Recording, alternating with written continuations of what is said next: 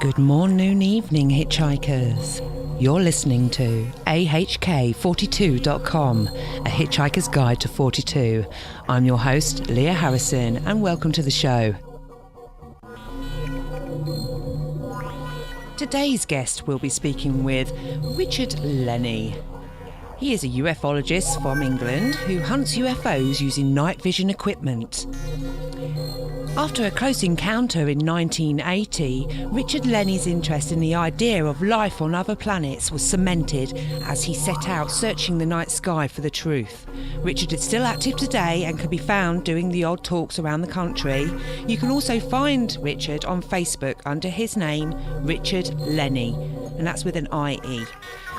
And he's also on YouTube, where he has done a number of radio and TV shows. But we've got him today and we're going to find out what it's all about. What can you see with night vision in the day and the night time? Interesting stuff. He's also going to let us know what sort of equipment we might need in order to see it for ourselves. So put your seatbelts on. We're going for a long one. And first up, it's going to be Nick Turner's Fallen Angel. 7, 6. We have main engine start. 4, 3, 2, 1. And liftoff. Liftoff. The 25th Space Shuttle mission, and it has cleared the tower.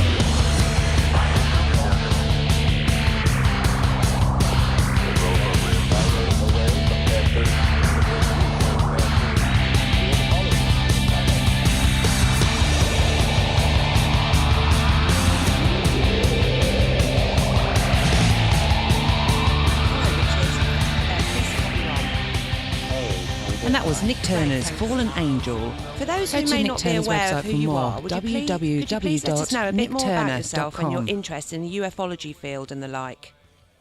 Sure, okay. Well, you say, my name's Richard Lennie, and I've been a ufologist now for 30-odd years, but I went public in 2011 when I did my first talk in Swindon for Weird 11, and it all went sort of from there. But the reason I went there in the first place was because back in December of 1980, I had a close encounter with 7 red spheres that were coming over my old school. Oh, wow. Yeah, it was my old primary school in Uphill, which is near Weston-super-Mare. And I just literally started working in Dixon's in town. Mm-hmm. And I was 18 years old, and I'd come back off the bus, and I lived in a village, so it was quite small. And as I went around the corner from the bus stop to my house, because I only literally lived a few minutes away from my house, I looked over at the school, as I normally do, and there it was in the distance, these 7 red, well, they were dots at that point. Right.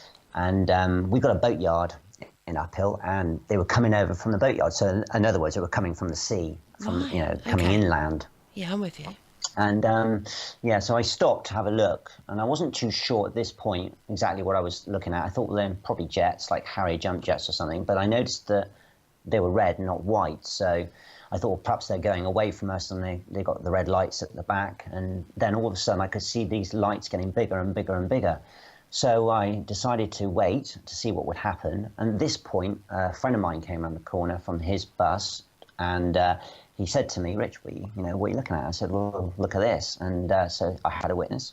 Right. So the two of us just stood there and watched as these little sort of 7 red dots in a sort of like a semicircle became bigger and bigger and bigger until they were literally hovering about 300 to 400 feet above our school. Neat. Yeah, I know. And then the outer 2 moved up out of formation, went round in a semicircle, and then back down into formation again. Wow. And then they slowly went over our heads, and as they did that, we obviously looked up, and I can remember thinking at the time they seemed to be like they were connected, like it was all one big craft. All right. Yeah, so I could see sort of like, I don't know how to explain it. They were like girders or some sort of like metal structure that was connecting each one of these spheres together. So, as they went over our heads, and then all of a sudden they just shot off real quick and they were gone.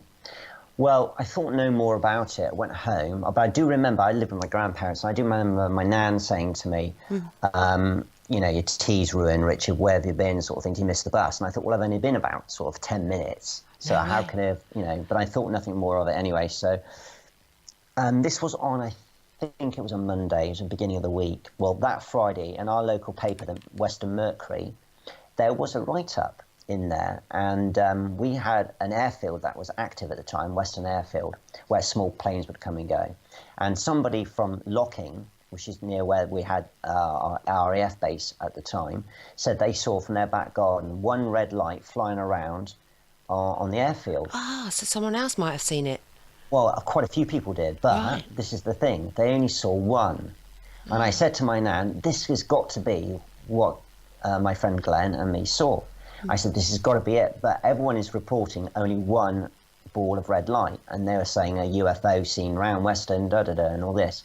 So I think what must have happened was after we saw them, they must have split up. And some must have gone off somewhere else. And one must have stayed, in Western and obviously went down to the airfield. So, but then years later, of course, we had the Rendlesham incident, didn't we? Yes, which happened around about the same time. The Rendlesham forest. Incident, which was over a 2-day period. And of course, that was over Christmas Eve, wasn't it? And Christmas Day. Yes. Now, I know it wasn't over Christmas, but it was in December, and it was in 1980. Right, yeah. So was this anything to do with that? Maybe later on, I don't know, but it was very interesting. Yeah. So I was already interested in UFOs because obviously, my uncle had books, my grandfather had books on the subject, and it was all those old books, with those black and white photographs of lights flying over buildings in America with the old 50-style cars in the car park. It was those sort of books, Oh, fantastic. There wasn't much else than that at the time. So so I was always into it, and I thought, well, there's got to be something going on. And of course, then in 1980, when I saw that, I thought, there is definitely something going on. And some missing time as well. Yeah. And of course, I didn't know what missing time was back then, so it wasn't until years later I went, Yeah. But of course, I kick myself because I don't know exactly how much missing time there was, but I would probably say it was probably about half an hour, maybe something like that. So it wasn't a great deal, but it it could have been 20 minutes, half an hour, I don't know. But I will say this though, and Glenn remarked on it as well. We both did for a Monday evening or whatever day it was, but it was a weekday because we were obviously coming back from work. It was around about, it would have been, we finished work at 6, so it would have been probably about 20 past 6. It was very quiet. In fact, so quiet, I said to Glenn the next day when I saw him, I said, when we saw those lights last night, I don't remember seeing any buses going past us or any cars or any people. It was just you and me. It was almost as if we were the only ones in the village. Yeah, I'm with you, yeah. Oh, interesting. Yeah. So that was pretty bizarre. Because at that time of the evening, you would expect, to see at least one or two cars and a few people, coming back off buses like Glenn was and like I was. Yeah, exactly. We saw no one. We saw no one. That's really strange. Right. One to remember, though, for sure for you. Yeah, that's right. So that's really what got me into it. And then... obviously, I got binoculars and I went up on the hill and uphill to see if I could see more stuff. And I did see the odd thing here and there, which I wasn't sure about, but nothing, spectacular. No, but once it sparks your interest, that's it. You're hooked, aren't you? That's right. You're hooked. Yeah, that's right. Well, so, you were talking about some books and stuff. You had a great uncle who was a physicist who was called Robert William Ditchburn. That's correct. Yes, he was. Yeah, and he had a few letters after his name as well. But okay. Yeah, the funny little story actually. The Queen wanted to knight him to become a Sir. Right. But I don't know how they do it today. But in those days, you got a little card through the post and a letter. Yeah. And if you didn't want it, you could refuse it, and you just tick the no box and send it back. Tick the no box.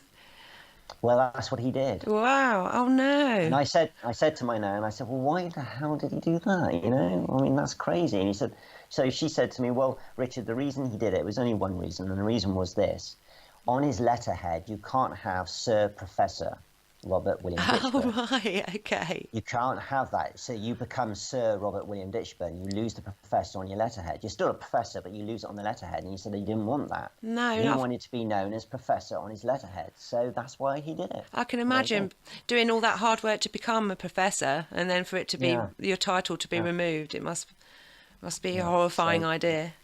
But yeah, anyway, so yeah, but he was really into it, and I remember him coming around to the house to see, obviously, my nan, and we'd chat and stuff, and I'd bring my astronomy books down, and I'd ask him to explain to me how he split the atom, which of course he did, and I understood absolutely nothing about what he said at the time. Oh, that's so weird. I was only young, but I remember him using his fingers and putting his thumb and forefinger together and then putting his middle index finger through it, and he's saying, look, you try and push molecules out the way, and of course, he tried to split them, and they just move out the way. You've got to harness it and hold it, and then he explained to me how they did that, and then they shot a laser through it to split it, and it was all, interesting stuff. You're so lucky to have a great uncle like that. Oh, how I wish I had one like that. But, yeah, well, there you go. It's Cambridge University for you. Oh, yeah. Wow, awesome. It does help. Yeah. So, very brainy man. He did a 3-hour maths exam in 10 minutes, and all his workings out were in his head. Wow, and how's your maths? Terrible. Terrible. So I suppose it sort of runs. Well, the thing about my Uncle Robert was his medium was light. So, and of course the ionosphere. And he was very interested in lightning that's high up in the ionosphere. Well, of course, a lot of what I see is high up in the ionosphere. So, there you go, Right, okay.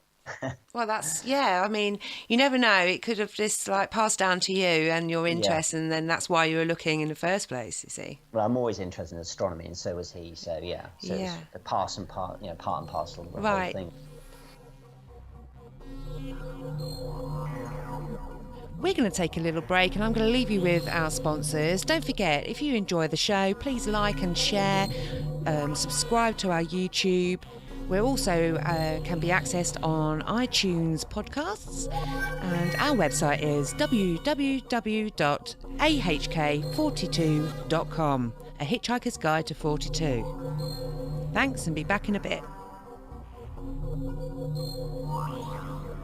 Join the Outer Limits magazine at the Freedom Centre, Preston Road, Hull, on Saturday the 9th of September 2017, when we shall present a conference titled 70 Years of the Modern UFO Era, featuring the very best in British paranormal investigators, researchers and authors.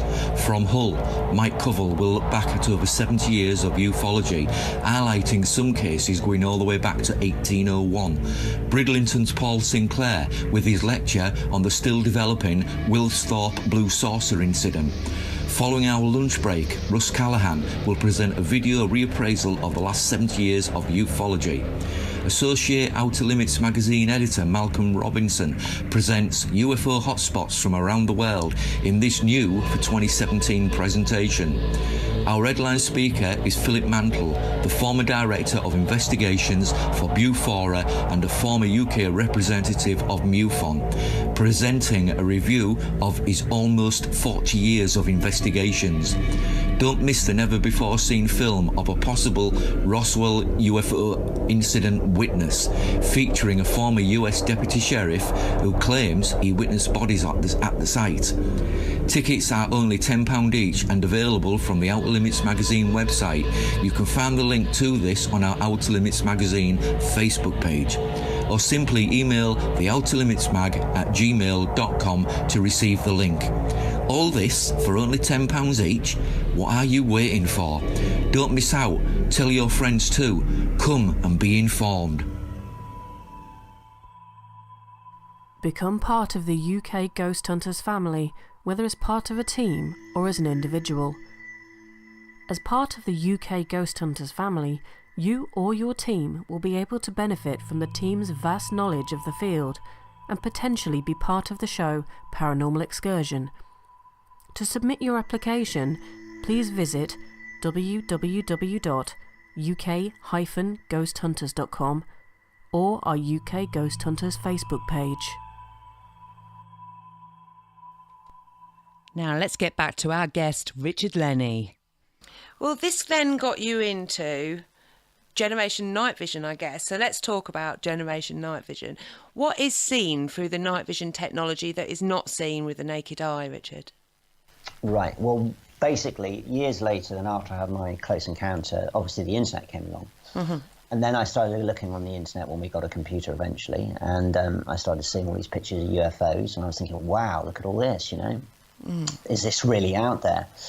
And then a few years after that, it would have been about 2010, I saw this guy called Mr. Ed Grimsley from America, and he was advertised, and he put his phone number, and he said he was hunting UFOs through night vision. And he saw them from when he was a little boy with his dad, with his own eyes, but then he discovered if you use night visions, you can see the ones that are cloaked as well. Wow. So he left his phone number on there. It was a cell number, so I rang it, thinking, he's probably not going to answer, but he did. And I was on there for 2 hours talking to this guy. You lucky thing. In actual fact, I ended up, having a really good relationship with him. He came over from the States, stayed with me for 8 days, brought all his night visions over, generation 1 through to generation, well, you don't have 1, but 2 through to generation 4. Right. And in my back garden, I had the choice of every single one you can possibly imagine, and I could try them all. Sweet shop. Absolutely, absolutely. Fantastic. And I can tell you, different generations does definitely make a difference. Right. But so anyway, got me into that. I got my own pair, of course, which I bought, and I couldn't afford much, so I went for the cheapest pair, which was the Yukon Ranger 5x42, which is a Gen 1 Plus at £290. Still quite expensive back then. Yeah, well, that's right. And to this day, they're still that price. So Crikey. They haven't changed. So they're still £289, basically. That's madness. And so Generation 1, they basically, just to say the generations, to say what they mean. Generation 1 is a toy, so leave that alone, because you're not going to see anything with that. You'll just see stuff up close that are, that's in the dark. Generation 1 Plus, basically what that's saying is it's basically a 2. But what it means is that it lets more light in, which means you see more, obviously, further away. Okay. And we are using this for the sky, not for the ground. So that's what we want. Okay. And Generation 1 Plus is like a Generation 2. But Generation 2s start from around about £1,000, 900 up. Crikey. Generation 1 Plus starts, as I said, at just under £300. So you see what a jump there is. Just that extra little bit. That's madness. Yeah, but I must say the 2s are amazing, obviously, because I've tried the 2s and I've tried the 3s and the 4s, but the 1 Plus is just as good. And if anyone's thinking about starting on doing all this, I'd say go for the Generation 1 Plus. Please don't get Generation 1 because you won't see anything. Go for Generation 1 Plus. They're about £300 upwards. You can pay a bit more, obviously, if you want it to be able to record as well as just view. And what they do is they have a CCD screen built inside them, made by Sony. Right. And so basically it's like a camcorder, but obviously you can see in the dark. And and what it basically does is it lets you see 40% more stars than you can with your naked eye. Oh, wow. So when you look up at night with your naked eye and you think, oh, there's a lot of stars up there, especially if it's a bright night and it's winter, you always obviously tend to see more. Yeah. Then you get your Generation 1 Plus, put those up to your eyes, you're seeing 40% more straight away, bang. Wow. Amazing, amazing. Stars that you never even knew existed. Wow. So just as if you're an astronomer, I mean, using night visions is amazing because you see so much more. That sounds brilliant. I mean, I've seen photographers do like pictures of the Milky Way and such, and I've always wondered, I wish I could see that sort of thing, Right. And what with the light pollution everywhere, night vision's got to be had, hasn't it? Well, absolutely. And of course, if you do go somewhere where you've got no light pollution, you still see 40% more, but you're seeing it a lot clearer and a lot more detail. And that's what you need because these craft, I would say 70% of them are cloaked. And I mean cloaked. You just cannot see them at all with your naked eye. But with the night visions, bang, there they are. And what they look like as well is You usually can tell the ones that you can't see with the naked eye, because when you're looking through the night visions, even if you don't peer up with your own eyes, they will seem to be like almost see-through. If that makes sense. Right. Okay. Translucent sort of thing. Yeah. Right. Yeah. They'll have that sort of translucent look about it, and they'll be moving really fast as well. Wow. And you'll be thinking, yeah, I'm the only person seeing this at the moment, unless there's anybody else out there with night vision. So, Right. So it's quite a personal thing, really. yeah, I bet it's amazing experience to see all this. I mean, for the listener, then, say if somebody in the night sky without the night vision was to look up and see a satellite go over, how fast, roughly, how much faster than what you would see a satellite go over do these move? Okay, well, satellites average in speed, it depends. But, sometimes obviously you can see them with the naked eye, can't you? Because they look like stars and they move. And they take a couple of minutes to go from hemisphere to hemisphere. Yeah, that's right. Yeah, but have you noticed that some satellites are quicker than others? Yes. Some are slow. Yeah, that's because when they're when they're out in space, you've got satellites in different levels of height, if you like. So you've got ones that have got a lifespan of about 2 to 3 years, and then they'll fall back down to Earth and burn up. And they're quite close to Earth, and they obviously will look quite fast when they're going from hemisphere to hemisphere. Then you've got the ones further back. Right. These will last between 10 to 15 years, or even maybe 20 years, and they'll be real slow. When you see those, we're talking probably 5 minutes, 6 minutes to clear hemisphere to hemisphere. Right. So, and there'll be telecommunications, there'll be all sorts of different things, Yes, you're right. I've got you. So, yeah, and in between all that, then obviously with the night visions, you'll see the craft that I call scout ships. Yes, and that's where we're going to get to, actually. Your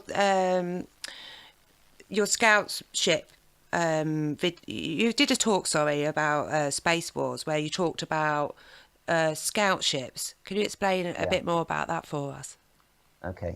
So what Ed thinks and I think, and a lot of ufologists think, is that there's not so much a war going on in space, but there is.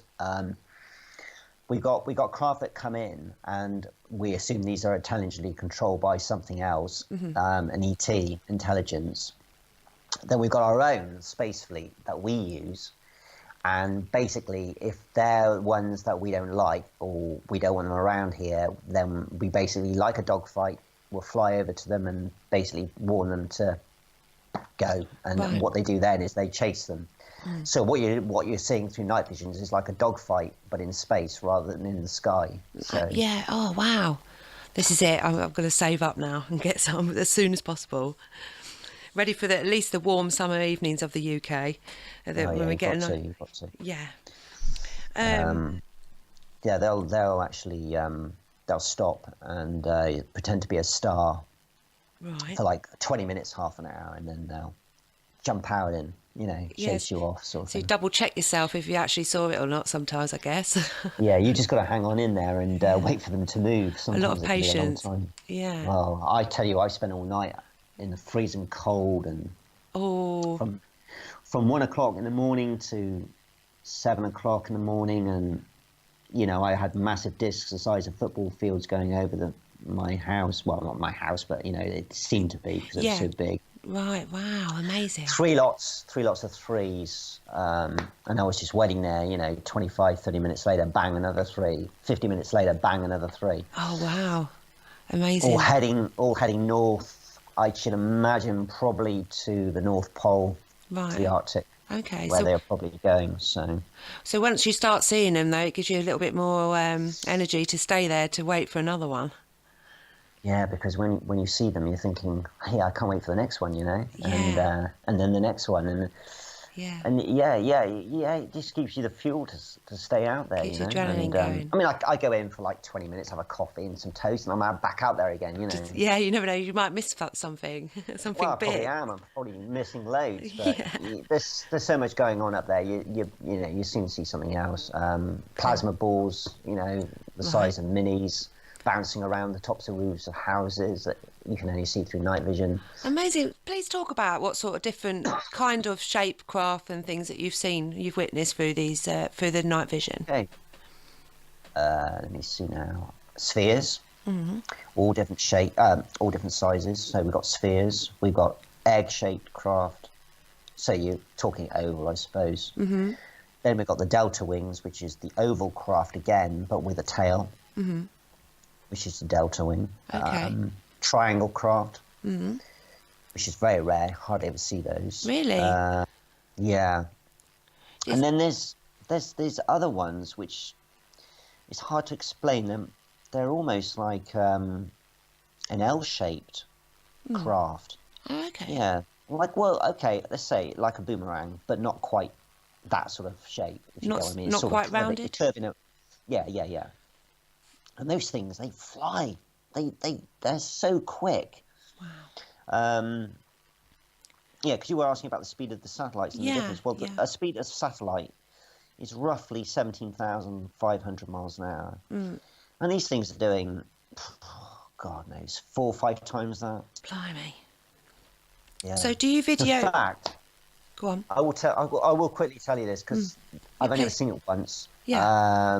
3 o'clock in the morning, because the activity normally comes to a height around about 3 to 3:30, which, by the way, is when most people get abducted, apparently, by aliens. If you're going to get abducted, the time is usually 3 to 3:30. Don't ask me why, I don't know. Okay, interesting. Yeah.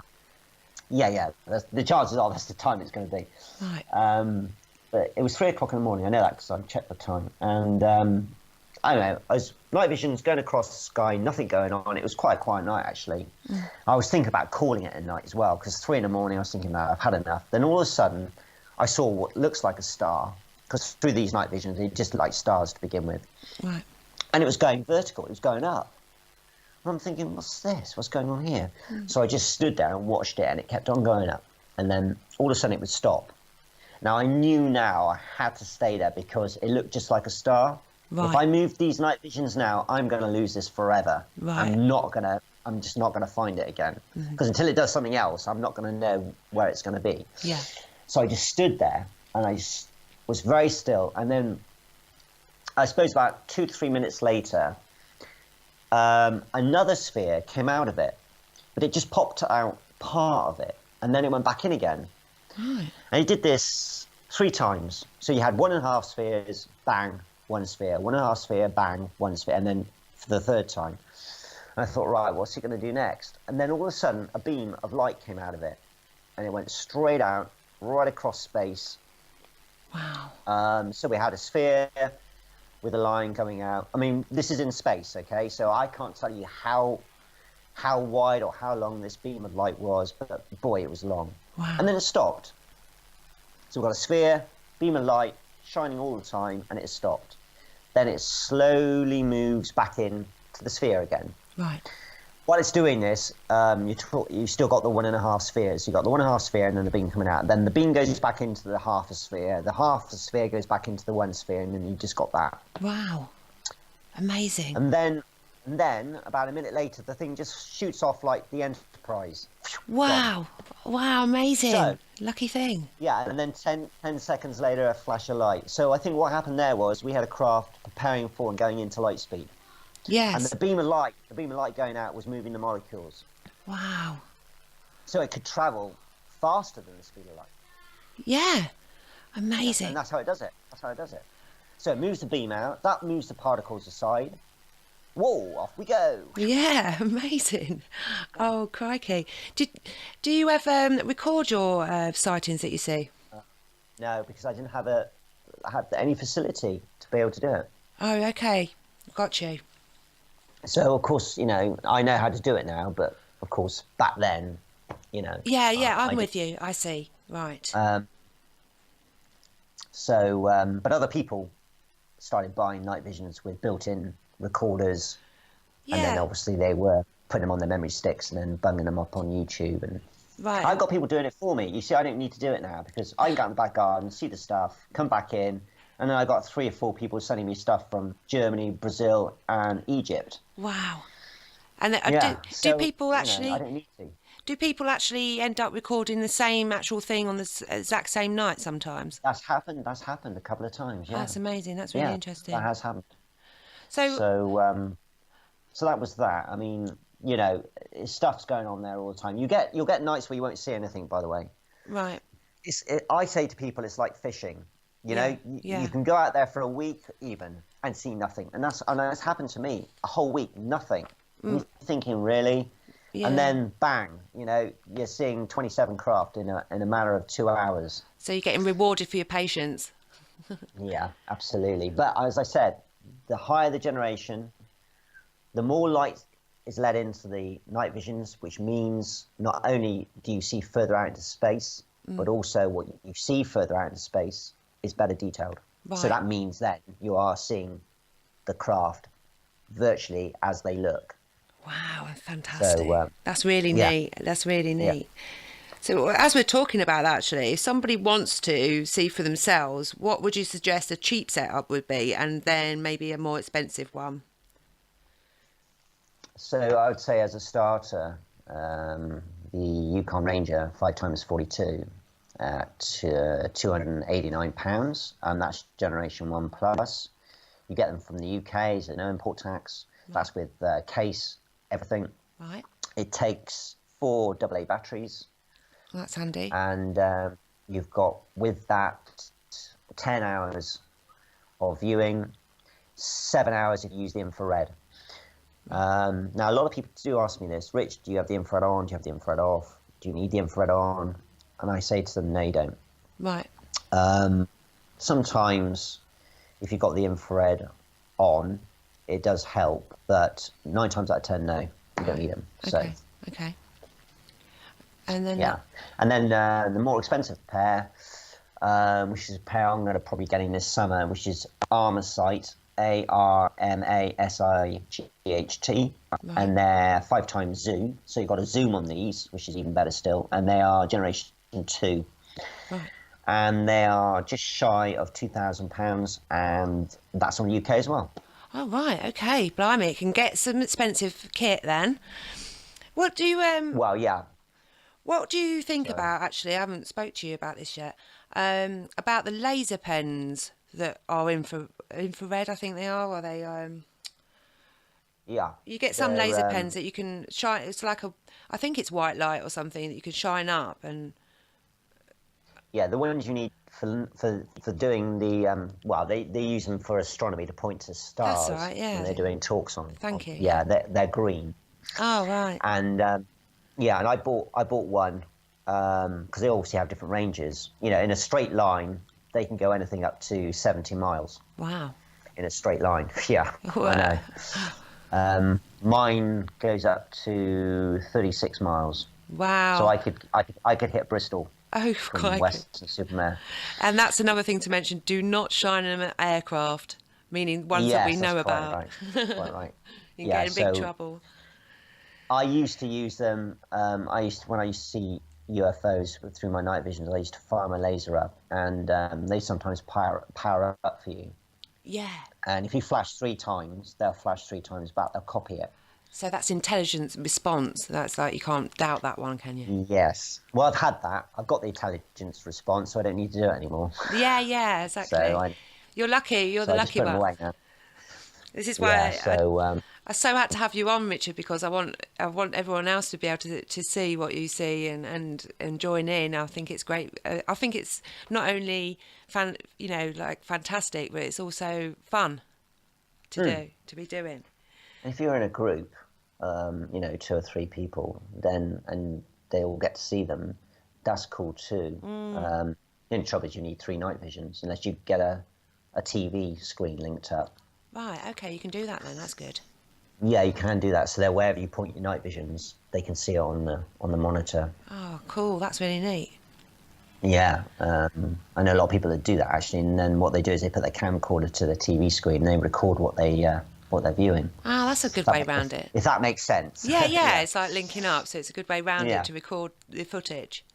Yeah, that's right. Yeah, so there is a way of doing it, for that you need the out connection. So you can put a lead. Mm-hmm.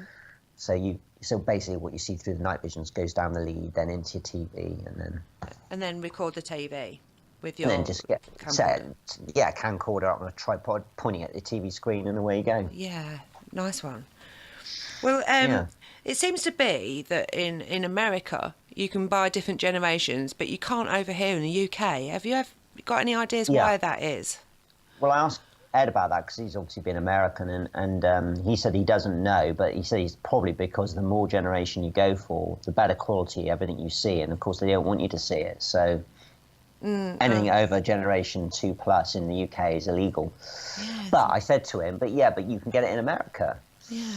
You can get up to generation 5 in America. You know, 6 is military now. It used to be 4, but it's 6. Wow, can you imagine that? How clear that is. Wow. I know. Soldiers have actually in Iraq, when they weren't working, and they had night visions, they were looking up and they were seeing all what Ed was seeing. Wow, amazing. And they went and told their superior, Right. and their superior said, "You ever do that again, you get court-martialed." Oh, God. So they told Ed that, and they said, "Look, just thought I'd tell you, you know, we've been basically told off for using them, for, you know." Yeah, and then being inquisitive and asking Yeah, what yeah, it could that's be. right. Yeah, right. It seems to be the way of things when it comes to military or government sort of head But offices. yeah, I don't know why that's the case here. I think it's in Europe. I think because at the moment, you know, being as we're sort of still in Europe, anywhere in Europe, nothing over a 3 is allowed. Right, I see. Do you reckon In it would fact, be... three's not allowed. I mean, 2+ is the highest you can go in the UK and Europe, Right, okay. which isn't equivalent to a 3, so that's cool. But yeah, I don't know why either. So. Right, okay. Well, let's get to some footage then. Have you got a favourite footage to date, and do you have any examples at all? I mean, there's some great stuff out there. I mean, obviously a lot of it is fake, unfortunately, photoshopped. Yeah, it's really tricky, isn't it, to sift through what you think is real or fake But nowadays. Yeah, but I'm pretty lucky because guys like me that do this, we sort of can sift it out straight away because we know what's real. Yeah, and you got what's your eye not. for it because you've seen it yourself through your own eyes, I guess. Exactly. And we know what we see is not Photoshop, so... Yeah. But, now, this is quite interesting. About a month ago, a guy called Tiago Ferreira, who lives in Brazil, I believe. Yeah. And he basically lives in a high sort of rise flat, and so he's quite high up already. And he's got a set of night visions. I think they're about generation 2. Right. And he was videoing. He videos his stuff, so he downloads it all. And he said, "Rich, I was I was watching this one sphere, and it was going across the sky, and then quite slowly. So I thought it might be in a satellite. And then all of a sudden it glitched. It jumped. Right. Like you're watching a game, you know, on a console. Oh, okay. And you're playing a game on a console and it glitches. Yeah, I'm with you. So it was like I was watching on a TV screen. But he was looking through his night visions, but he was actually seeing real time, and it jumped, and then it carried on.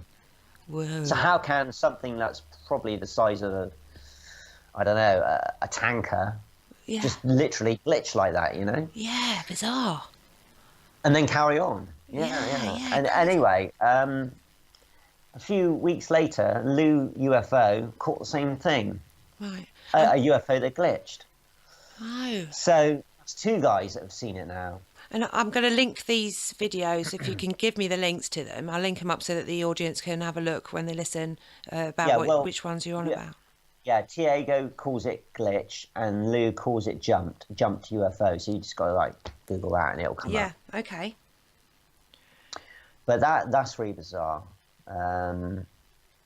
Obviously, the one going into light speed for me was one of my favourite ones, but obviously I didn't record it. Right. Oh, okay.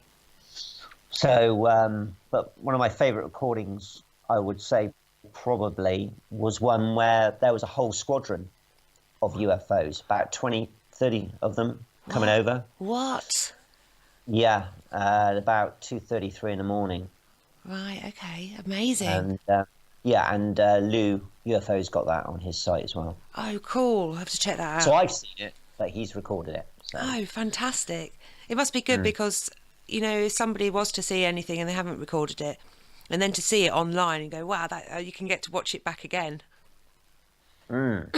Excuse me. Fantastic. It's really cool. Yeah. So yeah, my video footage, because it's a bit weird, because I was gonna do all this, and then obviously, as I said, people started sending me stuff anyway. And I don't really mind, you know. I don't really want my name up there anyway. To be honest with you, I'm not that bothered. Other people are doing it, so that's fine. But where my footage comes in, and I haven't really shown it to anybody yet, but I have got it on a memory stick, is stuff that's on the ground, you know, extraterrestrial activity that's right in front of you, like feet away. Really? Yeah, that's the stuff I've got. I mean, I mean, I'm like the sort of James Bond, if you like, of the UFO world. I go out in the field, and you know, I go to people's houses and stay there the weekend, and you know, like a ghost hunt thing. And it's Rich, you got to come round. I got aliens walking all over my property. My cat's getting taken. Water's getting taken up. They're taking up berries. They're making holes in my garden. Have you got any? I'm going, whoa, just calm down. I said, you know. Have you got any stories to tell about something like that? Maybe then. Oh yeah, I mean, you know, there's a whole weekend of it. Right, okay, I see. It just begins, sort of thing, you know. Yeah, but, okay. That's amazing. I've got yeah, I mean, to cut a long story short, you know, there was a lady down in Devon who had infrared eyesight. Wow. Okay. She said the aliens gave her the ability to see in infrared, Right, and so she had basically night vision eyesight. Yeah. I mean, so I've heard of somebody, a kid that was born in China, I think it was, or Japan, something like that. It was born with the ability to see in the dark. So I don't doubt different people can see different things. And funnily enough, it was around about 2010 as well, about the same time I started. You know, a bit significant, this 2010, isn't it? Yeah, and she lives in Devon, and Devon's a hot spot. And I'd just done a TV show called Rich Planet TV, and the guy in a car park from the audience of that show comes running up to me and goes, Rich, I got this lady, she's seeing, like I just said, you know, things in her garden and stuff. Right. If I give you a phone number, will you phone her up? So I did that. I was on the phone again for a couple of hours to her, and you know, so to cut a long story short, I got on a train, went down there. She picked me up from the station, took me back to her house, massive big place, 100 acres of land. I mean, we're talking loaded. This lady is loaded. Wow. But that means because she's got so much land, so much property, they can do whatever they want, you see. Wow, they're not going to get interfered with. No. So I knew I was onto a winner. You know what I mean? Straight away. When the big gates open in the driveway, and like, whoa, 100 acres of land. Yes. Hey, I'm going to have a great weekend. Yeah, superb. And I did. Oh, cool. So, yeah, and the first night, she goes, it started, Richard, it started, you know, I'm seeing stuff, and I'm going, okay, I'll get my camcorder, I'll get my night visions, and got my night visions out, I saw nothing, you know. Right. So there's beams coming down the front of my garden, they're taking up soil, Rich, coming down, you've got to come and have a look. Right. So I went out the front to the gravel driveway, and she's got like bushes all the way around and big high fences so no one can see in or anything, and I just couldn't see anything with the night visions. There was just bushes and fences, and that was it. And there was a massive great big garden, the start of 100 acres of land. Whoa, and I said, look, I'm not seeing anything. She goes, have you got them on properly? I said, yeah, I'm on the night visions, they're on. She goes, well, go to infrared. And I said, oh, okay. So I switched the infrared on, and bang, there they were. No way, fantastic. 45-degree angle, coming down from the sky. It had been raining, it was clouds, it wasn't clear sky at all. Right. And I moved up the night visions, and at the top, obviously the beam was coming down through the clouds, but at the top was a kidney-shaped light, plasma beam kidney-shaped light, and it was rocking backwards and forwards. What? Wow. Yeah. And the same with the other one as well, because we've got two lots of beams coming down at 45-degree angle. Right, okay. And when I zoomed on my night vision, sure enough, stuff was going up it. Oh. And it wasn't until the morning I discovered they were taking up soil, because she had loads of perfectly machined holes all over her garden. Whoa. Far out. So anyway, I said to her, look, I've got to get this on video. So I went and got my camcorder, and because obviously on the camcorder you've got the infrared setting, haven't you? So you can go to night shot. Yeah. So I did that, and bang, there they were. So it was really bizarre because I pulled the camcorder away from my eyes so I could still see the monitor, because you've got a big monitor on the camcorder. Right. And there it was. It looked like I was playing back a pre-recorded tape, because I got these beams coming down in the camcorder, but nothing in front of me. What? Strange. So there they were in front of me, but I couldn't see them with my own eyes. Oh. But I had a lady next to me that A, could see them, Yeah. and B, I was seeing them as well, but only through the night visions. Wow.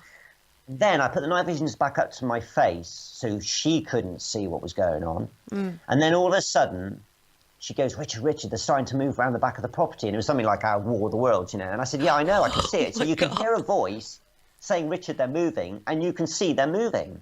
So there's proof that she's got night vision capability Yeah. in her eyes, because I'm just seeing what she's seeing. Fantastic. That is And the whole amazing. thing was just amazing. I got it all on video. Oh, well, whole thank goodness you did 30 that. Yeah, I got all that. Oh, And what else? Oh yeah, Cat Abby. Oh, it didn't happen though, but she says she'll start to meow at about 10 o'clock. So she obviously, because animals can sense when things are going to happen. Right. And she goes into the kitchen, and then it looks like she's going to be sick. Right. And she just stays still. And then she starts to disappear. And you can see the tiles of the kitchen wall coming through her. What? And then she goes, and she's gone. It takes 2.5 minutes, and What? she's gone. Yeah.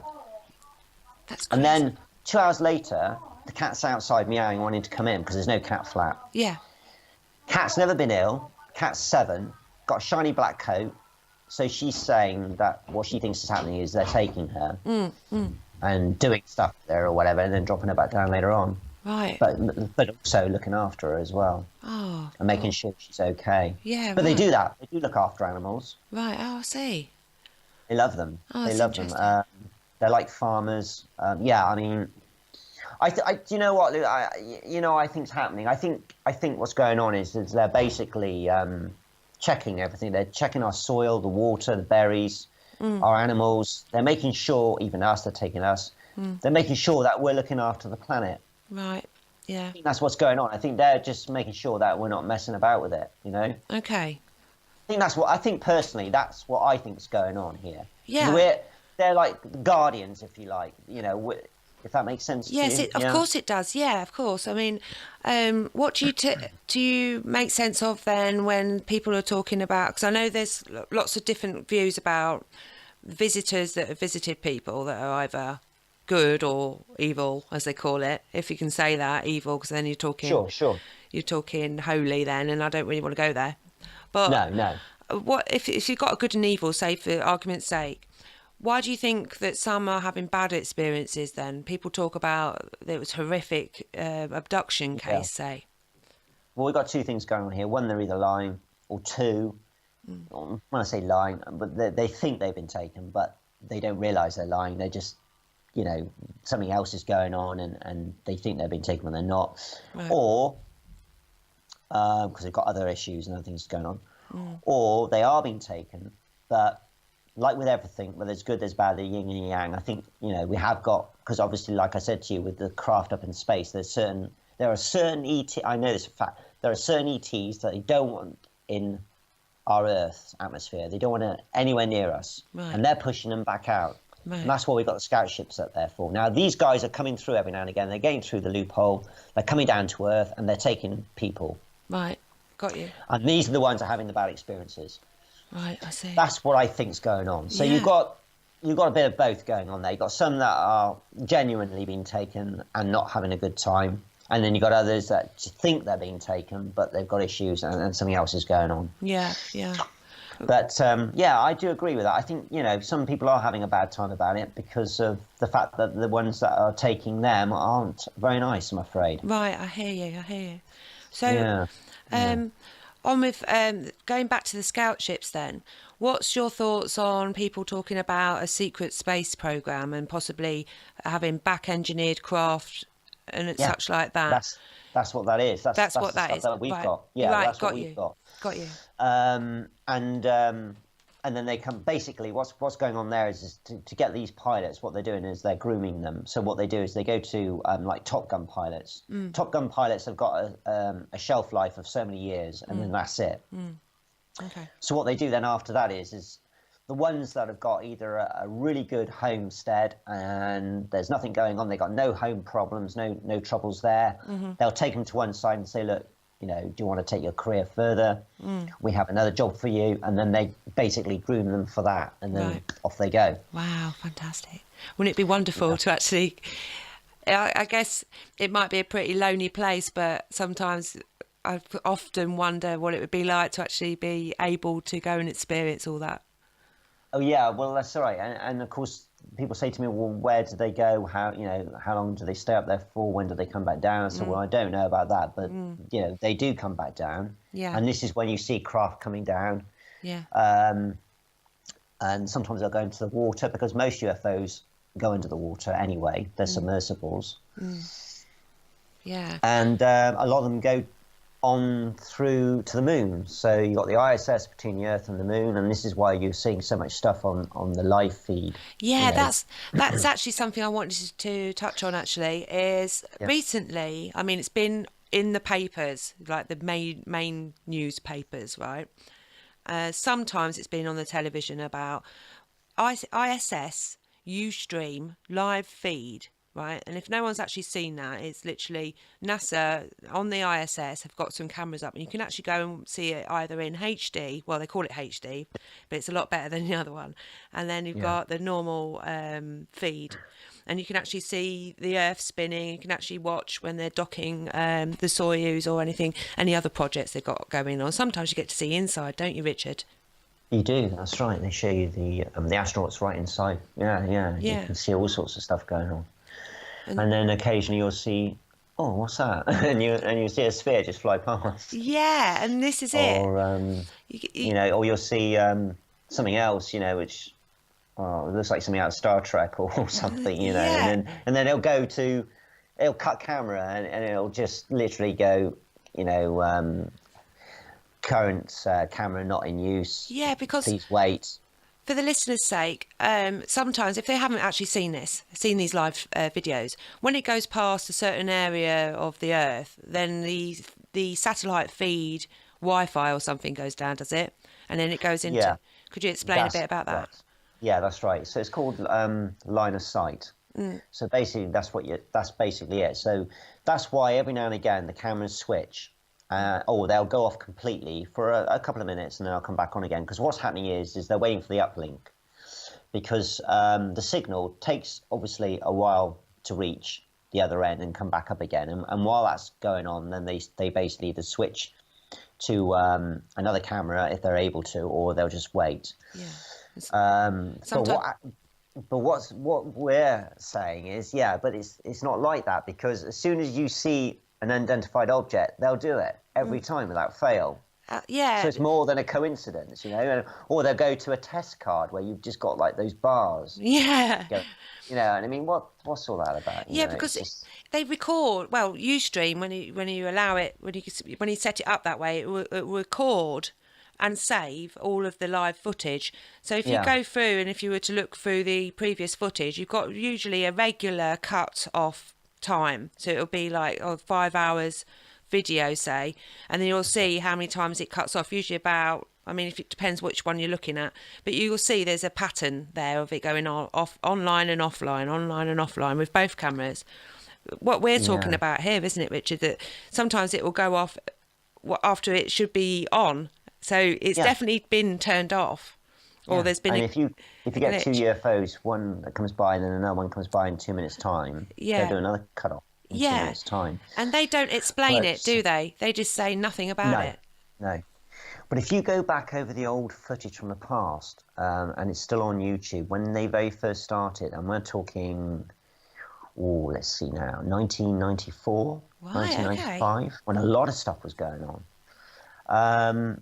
Back then, because again, this is only hearsay. We don't know this for certain, but a lot of ufologists, including me, this is what we think's going on. Is we think there is actually a guy in NASA who sits in that, control room, Well, you see them all sitting down with the big screens. Yes, yeah. We think there's a guy that sit, and we've even worked out where he sits. He sits basically at the front to the left, Right. where you've got all the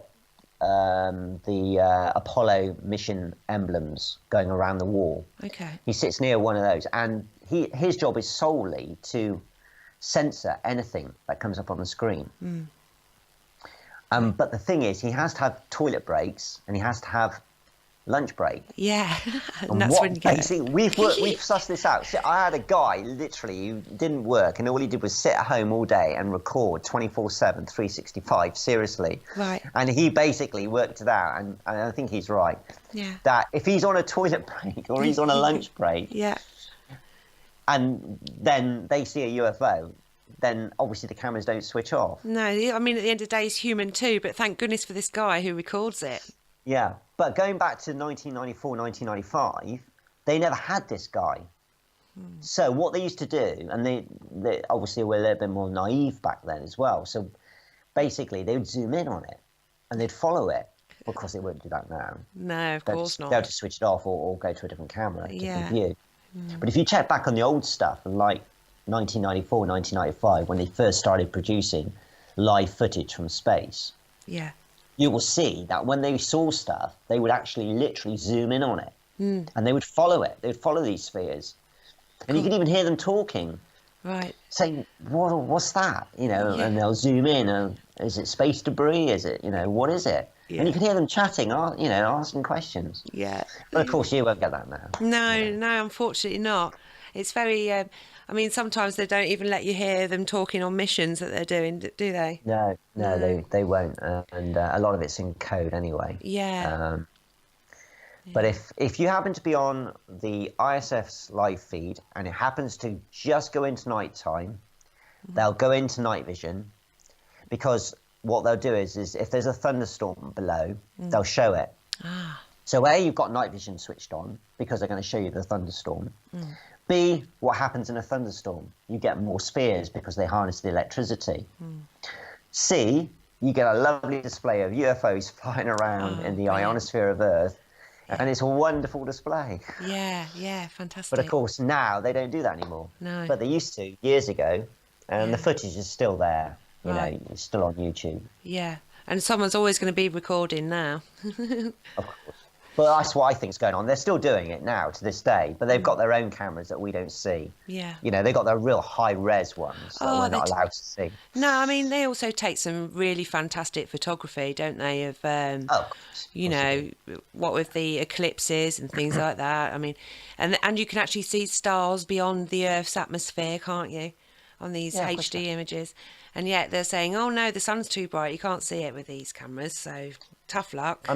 I used to sit in front of the monitor when I discovered the live feed, and I used to watch it for hours, and the stuff that I used to see was unbelievable. But one particular one will always stick out in my mind, and that's when we had the space shuttle up there, and they were bringing up supplies to the ISS, and they were actually videoing in the cockpit of the space shuttle, so you could see out through the little portholes, the windshield of the front into space. Wow.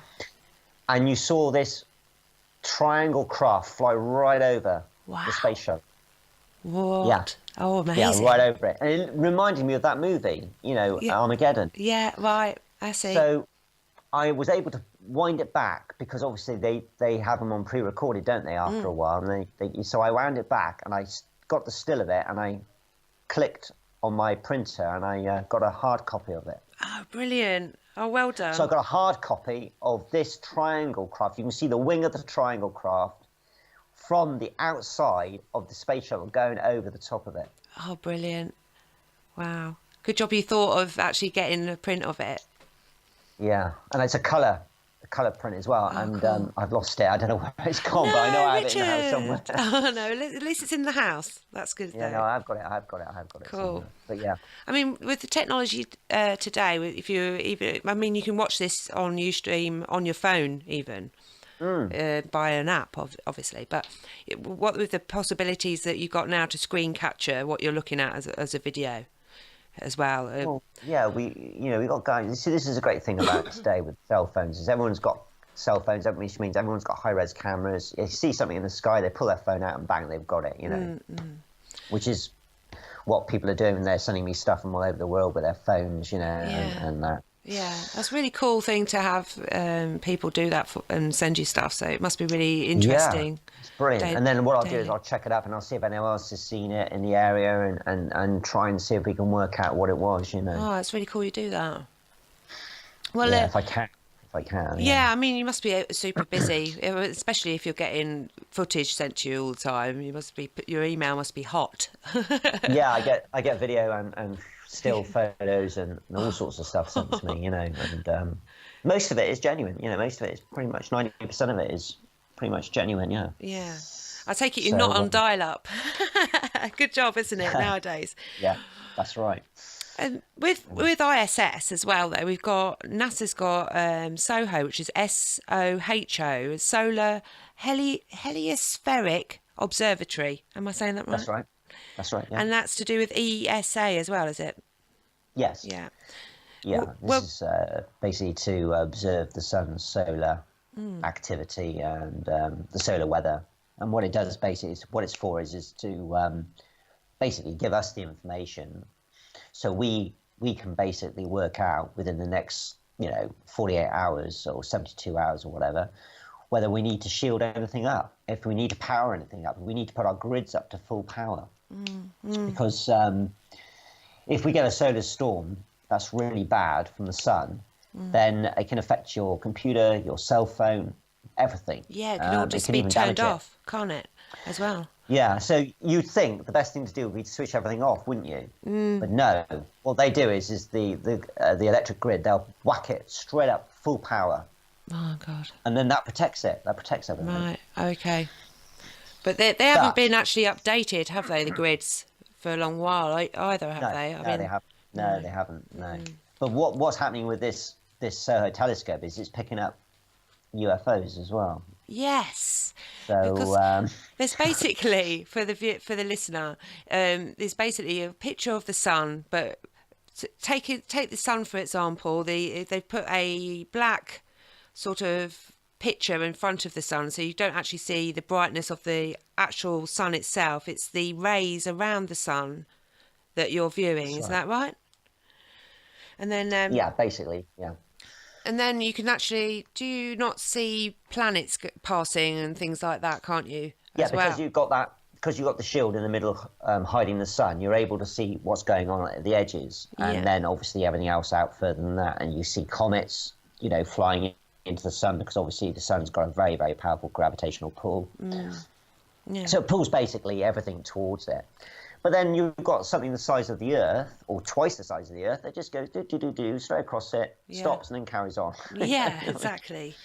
Or it'll stop, and then it'll shoot out some sort of umbilical cord, and then it'll draw energy from the sun, and then the umbilical cord will go back in, and then the thing will fly off. Yes, and someone has uploaded that to YouTube, and that was really cool, wasn't it? Yeah.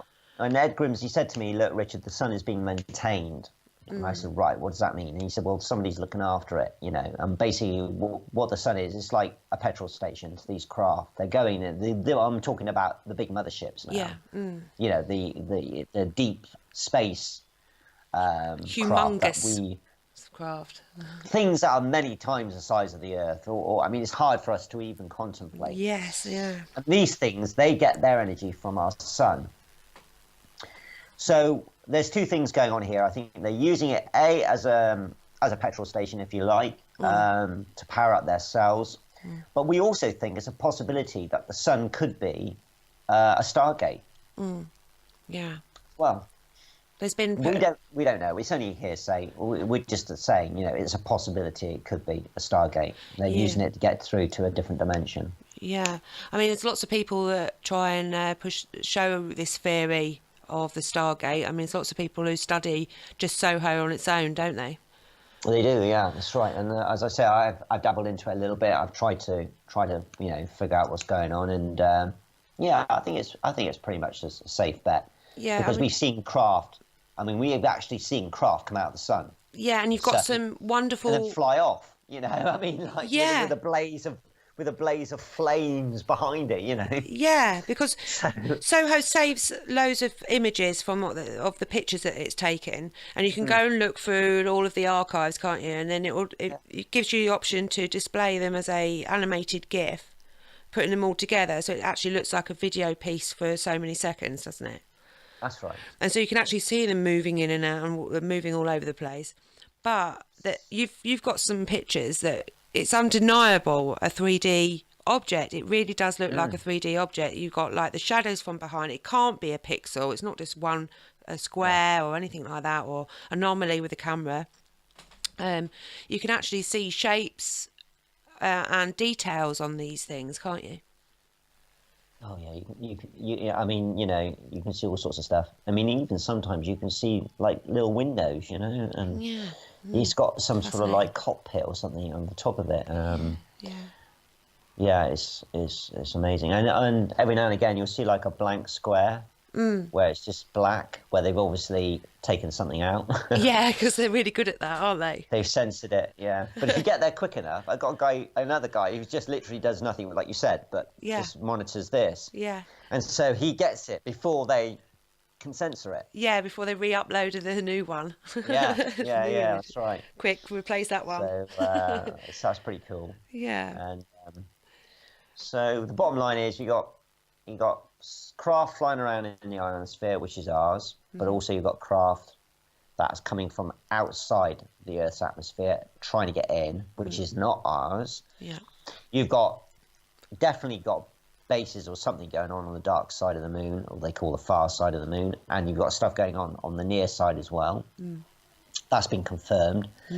And then further out, you've got our sun, which is being used as a fuel station and possibly a Stargate. So you've got all this going on. Yeah, this is brilliant. You know, I mean, just to add on to that, you've got even like us Joe Public, that somebody's got a really good telescope that even NASA staff have been complimenting people on their footage, haven't they, of how they can zoom into the moon and see the detail. I mean, you can see inside the craters, and if you're lucky enough on YouTube, there's a few people actually, that you can watch live footage of their video feed from their telescope. Isn't that right, Richard? That's quite right. And one of these guys is called John Leonard Wolson, who's a good friend of mine. Yeah. Yes, and we've done research together in the past. And he's got this telescope worth many thousands, and it's very powerful. And like you said, you can zoom right in, and even though it looks very wavy, because obviously you're going through the atmosphere of the Earth, it's still top quality. It is, and he's actually got a GoFundMe page up, I think, still. He wants to convert a transit van, doesn't he, into... That's right. Basically a mobile telescope, so you can go to darker areas and better spots to zoom in on the moon for us to all see live or what have you. And one of the film producers in America already done that, and but I've heard nothing more from him for quite some time. But he actually did that. He built himself out of a Jeep type thing, and he put a massive big telescope in it, night vision equipment, and he was driving around the desert. He was getting all sorts of stuff. One of the producers of Blade Runner. Oh, wow. Brilliant. Yeah, with Ridley Scott. He was doing it. And, so there you go. You know, we've got these top producers, you know, Hollywood film producers that are doing it. They're actually doing it, yeah. Well, our John Wilson, I mean, and you, I mean, we can see on your Facebook page, if people would like to follow you, Richard, we're going to link you up on the site anyway. But please tell us how people can have a look at some of the stuff that you share with people that you are getting sent in, if you're allowed to, obviously.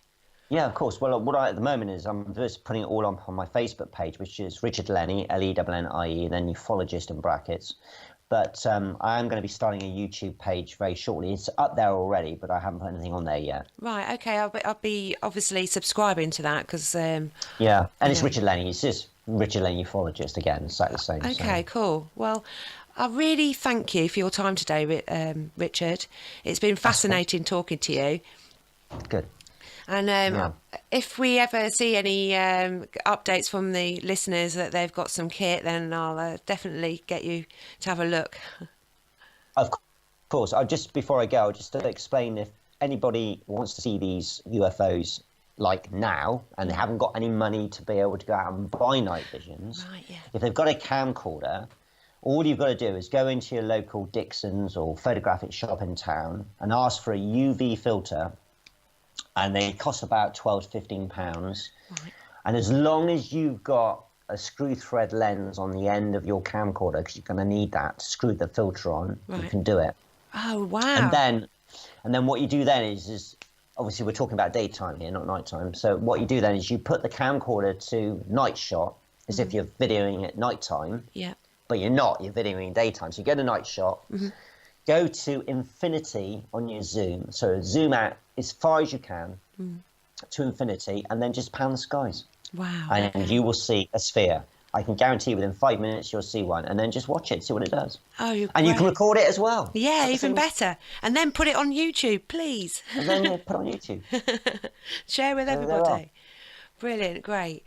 Well, I'd love to speak to you again soon. And if anything comes out with the NASA thing, then you'll be the first person I'll be asking an opinion on. Okay, lovely. Cool. Thanks for having me. Thanks for having me. You're very welcome. It's our pleasure. And that's it for today's show, Hitchhikers. Don't forget, you can subscribe to our YouTube channel, and that's AHK42. And all the links are located on our website, ahk42.com. You can also access all of our previous shows all for free. ahk42.com. Don't forget to like and share. Also, like our Facebook page, A Hitchhiker's Guide to 42. I look forward to seeing some messages. If you enjoyed the show, let us know about it. If you didn't like the show, let us know about that too, but I might not be interested. See you later.